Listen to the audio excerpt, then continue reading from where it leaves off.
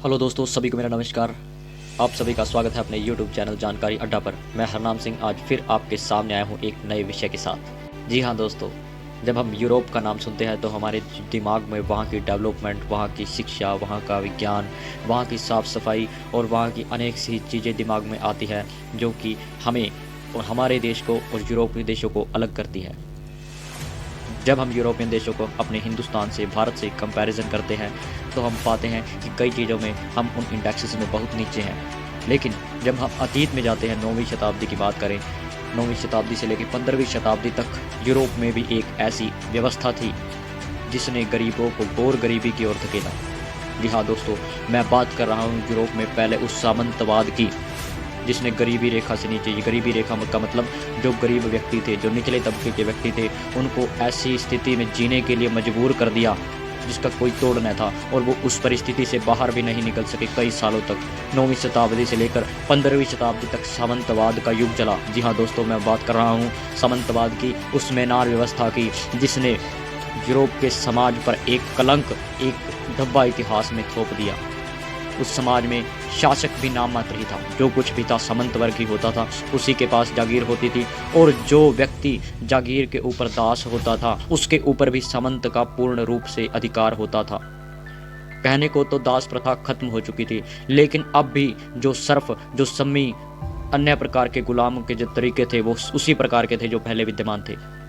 जी हाँ दोस्तों, उस समय यूरोप में एक ऐसी स्थिति हो चुकी थी कि गरीब वर्ग ना तो जी सकता था और ना ही मर सकता था। मैं बात कर रहा हूँ मीनार व्यवस्था की। मीनार क्या था? वो मीनार एक चार दीवारी के अंदर एक ऐसा राज्य है जो कि स्वयं आत्मनिर्भर था। हाँ जी, जो भी प्रोडक्ट उस राज्य में तैयार किए जाते वो अपने अंदर ही सब कुछ यूज़ में लाए जाते थे।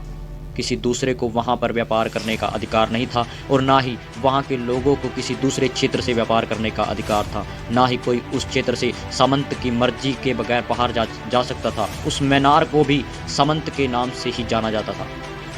जो गुलाम, जो सर्फ यानी कि अर्ध कृषक जिन्हें कहा जाता था, उनकी स्थिति ऐसी थी, उन्हें किसी भी समय काम पर बुलाया जा सकता था। उन्हें सामंतों के खेतों में तो काम करना ही पड़ता था, उन्हें किसी भी समय काम पर बुलाया जा सकता था। किसी समारोह में, किसी कार्यक्रम में या किसी भी कंस्ट्रक्शन के काम में उन्हें किसी भी समय बुलाया जा सकता था, और उन्हें इसके बदले में कुछ रकम नहीं दी जाती थी, उनसे बेगार भी करवाई जाती थी। जी हाँ दोस्तों, ऐसी परिस्थिति थी उस सामंतवाद की, उस मैनार व्यवस्था की। सामंतों के अधीन गुलाम रहे लोगों को ऐसी परिस्थितियों का सामना करना पड़ता था जो आप सोच भी नहीं सकते। यदि किसी गुलाम की नई नई शादी हुई तो सामंत के पास इतना भी अधिकार था कि वो उस नवविवाहित पत्नी के साथ पहला संबंध बना सके। जी हाँ दोस्तों, ऐसी ही एक चर्च व्यवस्था थी जिसे धर्म का स्थान माना जाता है। धर्म का स्थान उस समय शासकों का, सामंतों का स्थान बन चुका था। सामंत चर्च एक बहुत बड़ा सामंत बन चुका था। जी हाँ दोस्तों, चर्च एक ऐसा सामंत बन चुका था जिसके पास सबसे अधिक जमीन थी, और चर्च ने अपनी आय का साधन लोगों को अंधविश्वास में फंसाकर बनाया। किसी को ये कहा जाता था कि तुम्हें मुक्ति पत्र दिया जाता है, अगर तुम ये खरीद लो तो तुम्हें मुक्ति मिल जाएगी, अगर तुम वो कांड करवाओगे तो तुम्हें मुक्ति मिल जाएगी। तो क्या आज वही चीज़ हमारे भारत में हमें देखने को नहीं मिलती? मुझे लगता है वही चीज़ कुछ अगर कंपैरिजन किया जाए तो कुछ हमारे यहाँ पर भी वही चीज़ें विद्यमान हैं। हमें भी उन्हीं चीज़ों को झेलना पड़ रहा है। आज के समय में पूंजीपति वर्ग ही उभर रहा है। ऐसा क्यों? सरकार की नीतियाँ ही कुछ ऐसी है जनाब। हम किसी सरकार के खिलाफ नहीं, हम नीतियों के खिलाफ बोलते हैं। सरकार की नीतियाँ ही ऐसी है कि पूंजीपति वर्ग उभर रहा है, गरीब और गरीब हो रहा है, और अमीर हो रहा है। This is the unequal distribution of wealth. The 5% of wealth belongs to 95% people of India, and the 95% of wealth belong to 5% people of India. Do you know about that?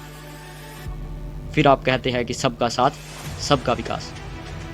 लेकिन मैं इन्हीं के साथ, अगर मैं किसी बात को गलत तरीके से बोल गया हूँ या किसी को भी मेरी बात से ठेस पहुँचता हो तो मैं याचिका का हकदार हूँ। धन्यवाद। जय हिंद, जय भारत।